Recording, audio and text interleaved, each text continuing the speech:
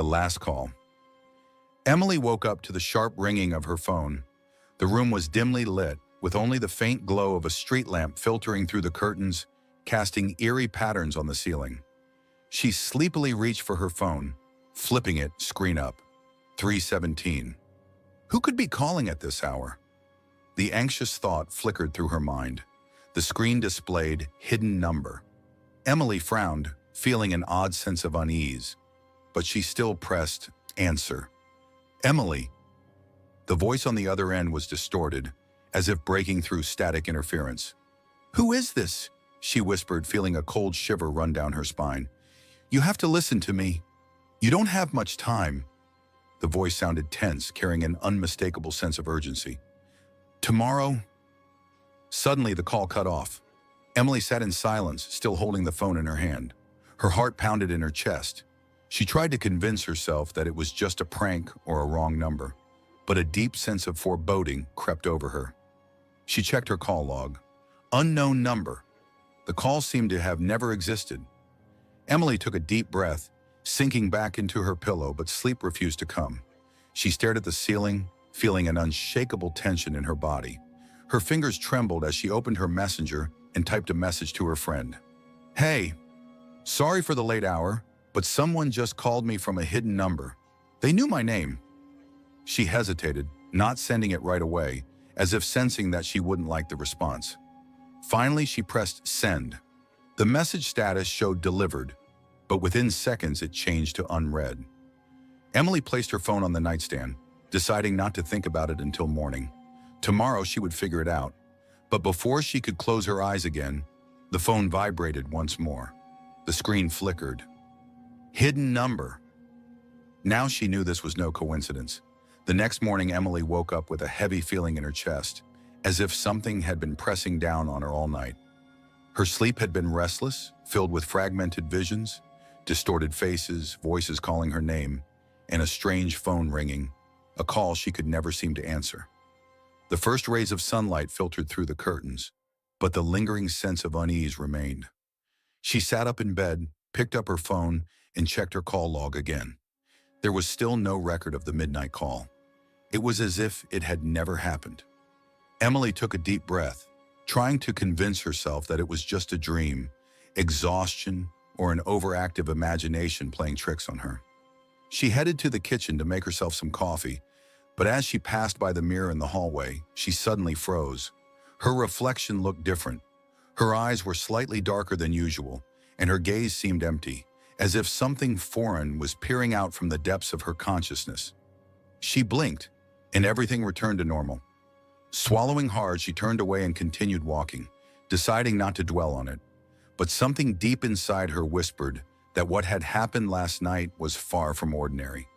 Throughout the day, she felt as though she was being watched. On the bus, in the cafe, even in her busy office where noise and movement filled every corner, she kept catching glimpses of eyes on her. Empty, lifeless stares, as if people had forgotten how to blink. Each time she turned around, no one seemed to be paying her any attention. Yet the unsettling feeling refused to leave her. By evening, exhaustion took over. Emily had almost convinced herself that she just needed a good night's sleep and everything would return to normal. She stepped into her apartment, closed the door behind her, and sighed in relief. Finally, she was home. But just as she walked into the living room, her phone vibrated. The screen flickered. Hidden number. Emily froze. Her heart pounded wildly. The seconds stretched into an unbearable eternity. She reached for the phone, but at the last moment, panic surged through her. What if she wasn't supposed to answer? Emily stood in the middle of her living room, feeling cold sweat bead on her forehead. The phone kept vibrating in her hand, the screen flickering with the faceless words, hidden number. She could have just ignored it, turned off her phone, tried to forget. But something deep inside whispered that this call wouldn't leave her alone. Taking a deep breath, she slowly slid her finger across the screen and lifted the phone to her ear. Hello. Her voice was quieter than she expected. Silence, only faint static on the other end.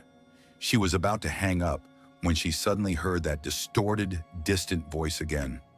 You're still here. That means there's very little time left. Who are you? What do you want? Emily felt her heartbeat quicken. They are close. The voice blended into the white noise. Don't look in the mirror. The line went dead. The room became eerily silent. Emily's breathing was uneven, her fingers gripping the phone so tightly her knuckles turned white. Something had changed. The air felt heavier, as if her home was no longer the familiar sanctuary it used to be. Her gaze drifted toward the mirror in the hallway. She didn't want to look. She shouldn't. But her body, as if controlled by an external force, took a slow step forward. Her reflection showed her apartment. But the figure standing there wasn't her, and it was smiling. Emily felt her blood run cold. The figure in the mirror took a step forward. It wasn't mimicking her movements. It was something else. Its face was almost identical to hers, but wrong. Something foreign, something unnatural twisted its features. The eyes dark, empty, hungry. She couldn't move. Her body no longer obeyed her. The figure in the mirror raised a hand and knocked on the glass from the inside. A low scraping sound filled the room, like nails clawing against the surface of the mirror. Emily finally managed to back away, but her legs buckled and she collapsed to her knees. Fear crashed over her in waves, drowning every other thought. The phone vibrated again, but this time the sound was different, louder, sharper, as if the ringing wasn't coming from the speaker, but from everywhere at once. In the mirror, her doppelganger opened its mouth, silently, yet Emily heard the words inside her own head. You're already too late. A deep, resounding crack echoed. The mirror splintered. Emily screamed. Emily stumbled backward, her breath coming in ragged gasps. The mirror was splitting apart, jagged cracks spiderwebbing across the glass. Her reflection, no, the thing in the mirror, watched her with a predatory grin, its fingers pressing against the breaking surface as if testing its prison strength. A loud, piercing noise filled the room, something between a screech and static interference. Emily clutched her ears, the sound drilling into her skull. The walls around her seemed to distort, warping in unnatural waves, the very fabric of her reality shifting. The light flickered, shadows lengthened, stretching towards her like grasping hands. From the depths of the mirror's fractures, something dark and writhing seeped out. It moved unnaturally like liquid smoke, shifting and reshaping as it slithered across the floor towards her. Emily tried to run, but her legs refused to cooperate. The air thickened, becoming heavy and suffocating. Her own breath came in a short, panicked bursts.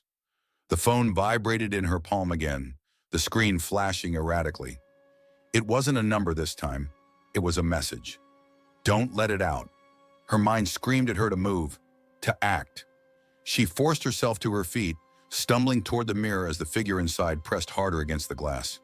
Their eyes met, and for the first time, Emily saw something beyond the darkness, a flicker of recognition, a twisted amusement, as if it knew exactly what she was thinking. The mirror shattered. A force, like a gust of freezing wind, knocked Emily backward. Shards of glass rained down around her, but they didn't fall normally. They hovered midair, caught in an unnatural suspension before spiraling together, forming something new. Emily's vision blurred, her ears rang, and then, silence. The thing from the mirror was no longer trapped, and it was standing right in front of her.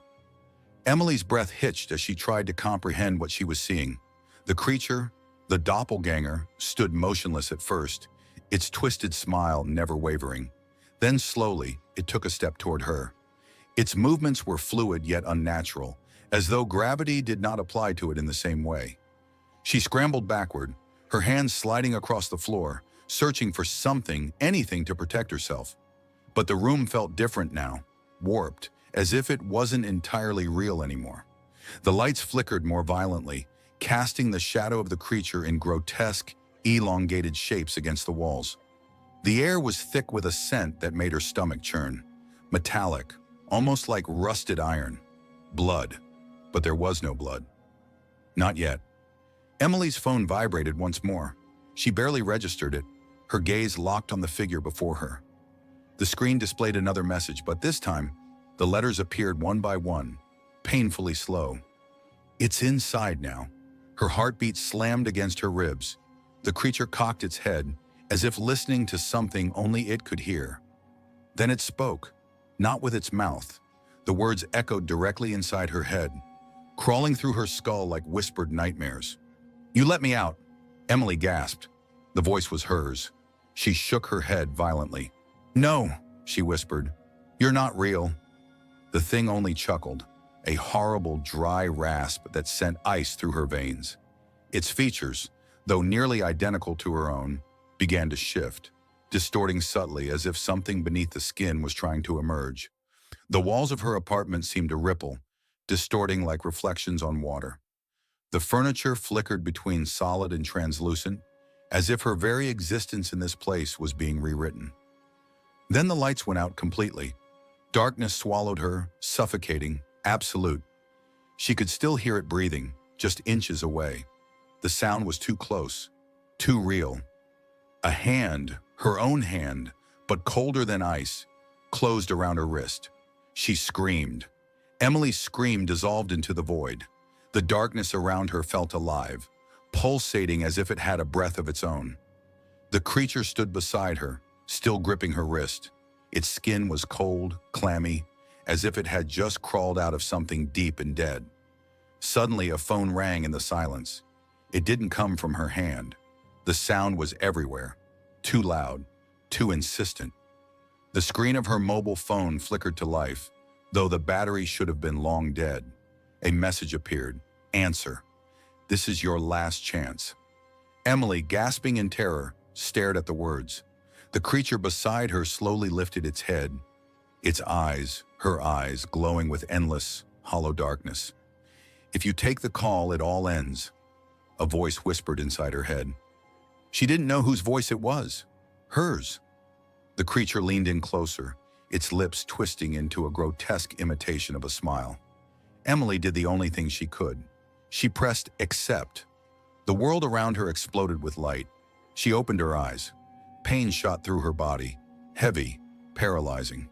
The air was thick with the acrid scent of smoke and something chemical. She was lying on asphalt, red and blue lights flashing around her. Voices, shouting. People in uniforms rushed about, but no one was looking at her. Emily tried to move, but her body wouldn't respond. She felt something warm and sticky beneath her and realized it was her own blood. "A car hit her," a voice said from somewhere behind. She's still holding her phone. "Last call. Hidden number." Hands carefully pried the phone from her fingers. The screen was shattered, but one final message still glowed faintly. "Now you're with us." Emily wanted to scream, but no sound came, only emptiness. She couldn't move, couldn't cry for help. All she could do was watch as the world, her world, slipped away, leaving her in eternal darkness. And then there was nothing. If this story made your heart race, don't forget to subscribe to the channel.